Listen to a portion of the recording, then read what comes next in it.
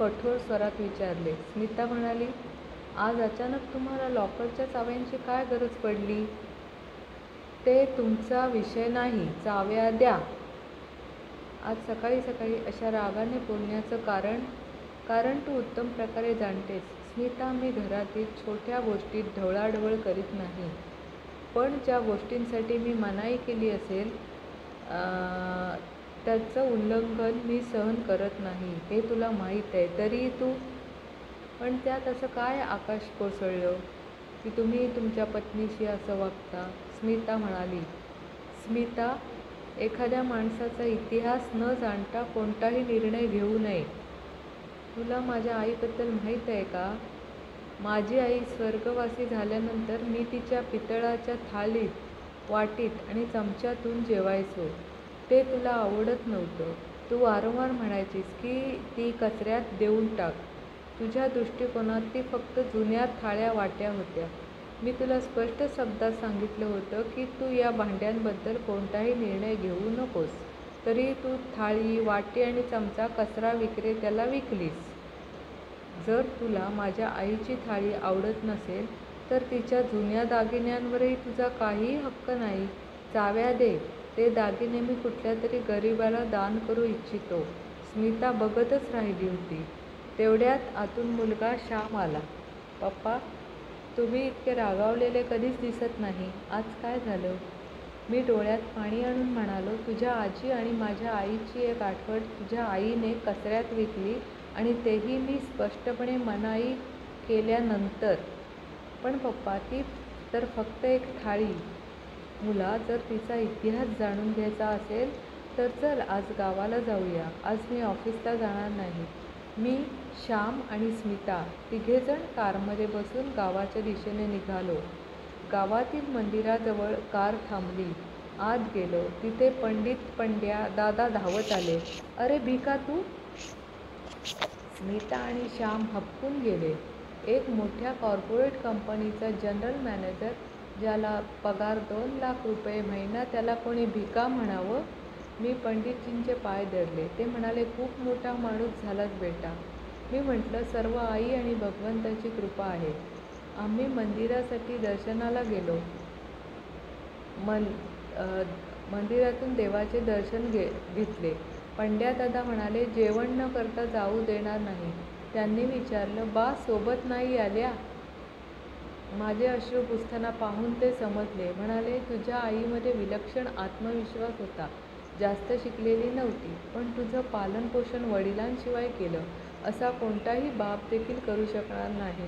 नंतर त्यांनी माझ्या कुटुंबियांना सांगितलं, भिकाचं खरं नाव भावेश आहे, पण गावात सगळे त्याला भिका म्हणत. माहीत आहे का कारण? शांताबाईंची 3 मुलं जन्माला येताच मरत असत.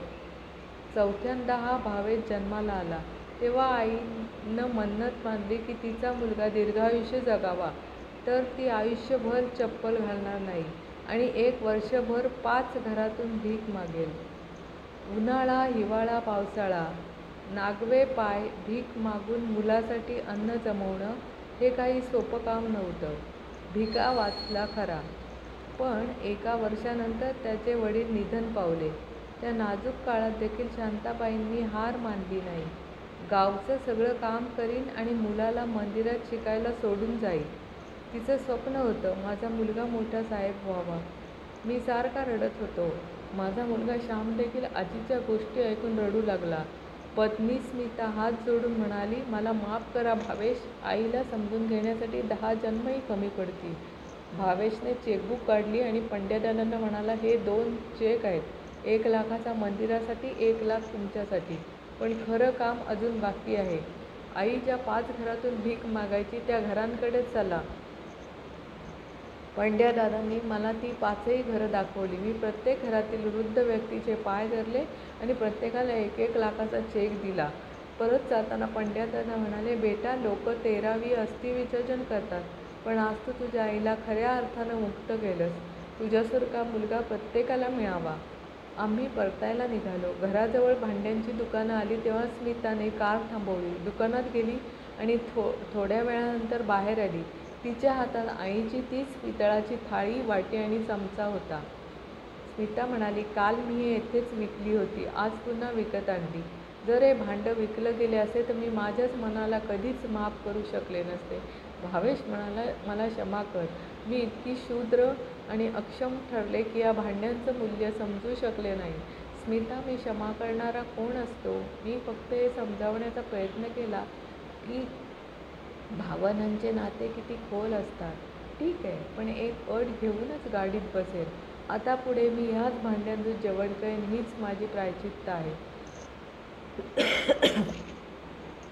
भावेश म्हणाला, माझ्यासाठी एवढंच पुरेसं आहे. मी तुला तुझी चूक समजली. तू खा का मी हे महत्त्वाचं नाही. महत्त्वाचं हे आहे की काहीही झालं तरी आपल्या नात्यात आदर आणि आपुलकी टिकून राहावी. प्रेमाचं बंधन इतकं मजबूत असावं की कोणी ते तोडायला आलं तर तोच मोडून पडावं. जर या सत्यकथेने तुमचे डोळे आर्द्र केले असतील तर नक्कीच धन्य धन्य धन्य धन्य. भारतात 10.38 कोटी वृद्ध आहेत. आपण आपल्या संस्कृतीचे जितकेही गुणगान करू, पण वृद्धांचा आदर आणि काळजी घेण्यात आपण अनेक देशांपेक्षा खूप मागे आहोत. 80% वृद्ध पालकांना वेगळे बसून जेवण दिले जाते. 20% पालकांना सोयी असूनही सुनांच्या भीतीने वेगळे ठेवले जातात. 90% मुलगे कामावरून येऊन मुलांना मिठी मारतात, पण आईवडिलांना कसे आहात बाबा असं देखील विचारत नाहीत. 70% वृद्ध काही बोलले तर तुम्हाला काय समजतं असे म्हणून चूप करवले जाते. 90% वृद्ध पालकांना पैशासाठी विनवावे लागते, जणू भीक मागत आहे. जे कराल ते भराल ते भोगाल. अनेक घरांमध्ये हे पिढ्यानपिढ्या चालत आले आहे. वृद्ध पालक विवळत जगतात, जणू प्राण्यांपेक्षाही वाईट अवस्था. अशा कुटुंबात संस्कार, सभ्यता आणि शिक्षणाची जबरदस्त कमतरता असते. विचार करा, समजून घ्या तरुणहो. 60 वर्ष पती-पत्नी एकत्र जगतात. जेव्हा एक जातो तेव्हा दुसऱ्यांचे संपूर्ण जीवन एकटेपणाने भरते. बालपणीचे भाऊ-बहीण, नातेवाईक, मित्र एक एक करून सगळे निघून जातात. शिल्लक राहतो फक्त एकटेपणा आणि ओझे वाटणारं जीवन. शरीर साथ देत नाही, ऐकू येत नाही, बदलती भाषा, तंत्रज्ञान, फॅशन, संस्कृतीची ताळमेळ बसत नाही. सगळंच ओझे वाटू लागतं. आणि अशावेळी जर मुलगे-सुना नालायक ठरले तर जीवन नरक बनते. अशा क्षणी मुलांनी आपल्या बालपणाची आठवण करून घ्यावी. ज्यांनी चालायला, बोलायला, जेवायला शिकवलं, जग दाखवलं, त्यांच्यासाठी आज इतके निर्दयी का? पालकांना दुर्लक्ष करून कोणी सुखी झालेले नाही, न कधी होणार. जर वृद्धांची सेवा करू शकत नसाल तर कमीत कमी त्यांचा अपमान तरी करू नका. कशी आहेस आई, कसे आहात बाबा हे 4 शब्दसुद्धा त्यांना अत्यानंद देऊ शकतात. शुभम भवतु.